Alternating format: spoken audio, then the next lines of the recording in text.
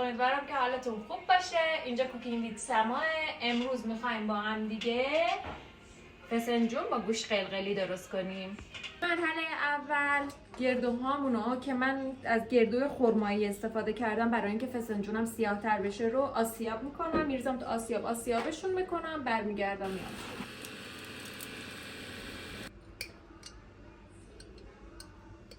تو همون ظرفی که گردوهامون آسیاب کردیم پیازامونم میکس میکنیم،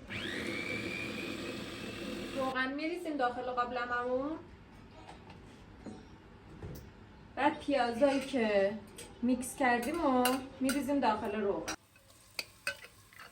وقتی که پیازامون به این رنگ در اومد، حالت کاراملی شکل شده، یکم سرخ شدن، زردچوبه رو بهش میزنیم، فلفل سیاه رو بهش میزنیم، یه نوک قاشقم دارچین. وقتی که یه تفت کوچیک با ادویه دادیم، گردوهای پودر شده‌مون رو اضافه میکنیم. یه تفت ریزم با پیاز و ادویه ها میدیم گردوهامون رو. رب انارمون رو بهش اضافه میکنیم. تفت خیلی ریزم با رب انار میدیم و 1 لیتر آب سرد بهش اضافه میکنیم. این فسنجون بچه ها نکته داره، نکته برای تیره تر شدنش. لطفاً تا آخر ویدیو نگاه کنید، با دقت هم نگاه کنید. نکته هاش داخل ویدیوه، ولی من آخر ویدیو همه نکات رو دوباره بهتون میگم. حدود 1 ساعت و نیم بذارید این آروم آروم برای خودش قل بخوره. یه دونه پیاز متوسط رو رنده ریز میکنیم که رندش کردیم، آبش رو میگیریم و میاریم. آب پیاز رو گرفتم، خیلی نگرفتم آب پیاز رو. الان گوشت رو بهش اضافه میکنم، گوشت چرخ کرده رو. ادویه من زردچوبه، نمک، فلفل سیاه و زعفرون نسابیده شده برای اینکه وقتی میره داخل ظرف فسنجون خودش رنگشو پس میده. میریزم روش. الانم با دست ورزش میدم. بچه‌ها من برای گوشت چرخ کرده این قلقلیا از گوشت گوساله و گوسفندی مخلوط استفاده کردم. حدود 2/3 گوشت گوسفنده، 1/3 هم گوشت گوساله. گوساله کمتر استفاده کردم چون میخواستم حالت دنبه‌ای و مزه گوسفنده که بعضیا خوششون نمیاد داخلش باشه. نمیدونم شنیدید شما مثلا یه نفر میگه وای من از گوشت گوسفند متنفرم، خیلی مزه گوسفند میده. مزه چی باید بده؟ مثلا من گوشت مرغ مزه چی میده؟ مزه تیرامسو میده؟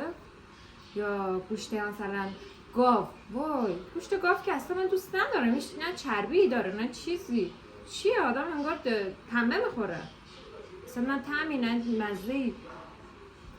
من اصلا درکشون نمیکنم اینایی که بد غذا هن، خیلی بد غذا هن. من خودم مثلا ماهی دوست ندارم، دوست دارم و درست کردنشو خیلی دوست دارم. شاید نمیدونم بقیه که میگن خیلی خوب درست میکنم، ولی خب خودم از طعمش خوشم نمیاد. طعم ماهی میده. مزه ماهی میده، نمیدونم مزه چی باید بده. یا بعضی ها مثلا آشیجات نمیخورن، سوپی نمیخورن، مثلا میگن وای ما آش دوست نداریم، مگه سوپ غذاه، مگه فلانه، مگه بیساره. ما همه اینا رو میخوریم. ما آدم بد غذا تو خانواده‌مون نداریم. به خاطر همینه تعجب میکنم یکی میگه فلان چیزو دوست ندارم، بیسار چیزو دوست ندارم.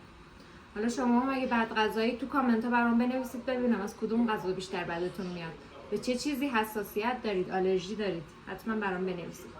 این گوشتارم اینجوری قلقلی میکنم، میچینمشون داخل این که ببریم سرخشون کنیم.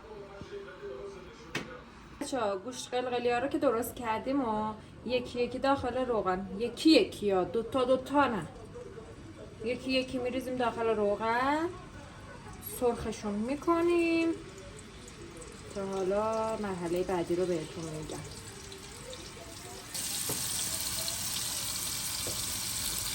وقتی یه طرف گوشتامون سرخ شد برمیگردونیم طرف دیگه‌شون هم سرخ شه. حدود 1 رو روی حرارت تفتشون میدیم و بعد که موادمون آماده شد میریزیمشون داخل فسنجونمون. من کتممو گذاشتم چون من قالب میخواستم بپزم، به خاطر همین یه پیمونه برنج ریختم، حدود یه بند انگشت آب ریختم و 3-4 تا قاشق غذاخوری هم بهش روغن اضافه میکنم. کوچولو هم نمک. میذارم تا بجوشه، آبش کشیده شه تا دم بندازیمش. داغونم تقریبا دیگه سرخ شده، گرفت خاموش میکنم. اینم مایه فسنجونمون رو اینجا داره میپزه. این شکل. وقتی که خورشتمون اینجوری شد 3 تا تیکه یخ میندازیم داخلش که بهش شوک بدیم که روغن خودش رو پس بده. یه همه ریز میزنیم، درش رو میذاریم تا روغن خودش رو پس بده. تا اینجا 3 تا نکته مهم توی فسنجون بهتون گفتم که فکر نکنم تا حالا کسی بهتون گفته باشه. اگه تو کامنت ها بگید میفهمم که همه توجهتون به اینجا بوده. وقتی که یخاش داخل فسنجون آب شد، گوشتارم بهش اضافه میکنم، میذارم یه نیم ساعت دیگه با هم دیگه غل بخورن، هم گوشتش بپزه هم جا بیفته. بچه‌ها فسنجون ما آماده شد. ببینید این روغنشه، این غذای خوشمزه. بچه‌ها فسنجون ما آماده شد. من 3 تا از نکته‌های مهم اینکه فسنجونتون لابدار شه، روغن بندازه و سیاه بشه رو توی طول ویدیو بهتون گفتم. حالا اگه دیدید که نوش جونتون، اگه ندیدیدم من الان میخوام دوباره بهتون بگم. برای اینکه فسنجونتون رنگی سیاه بشه حتما از گردوهای تیره رنگ استفاده کنید. خرمایی مایل به حالا قهوه‌ای استفاده کنید برای تیره تر شدن فسنجونتون. رب انارتون حتما رب انار خوب و با کیفیتی باشه.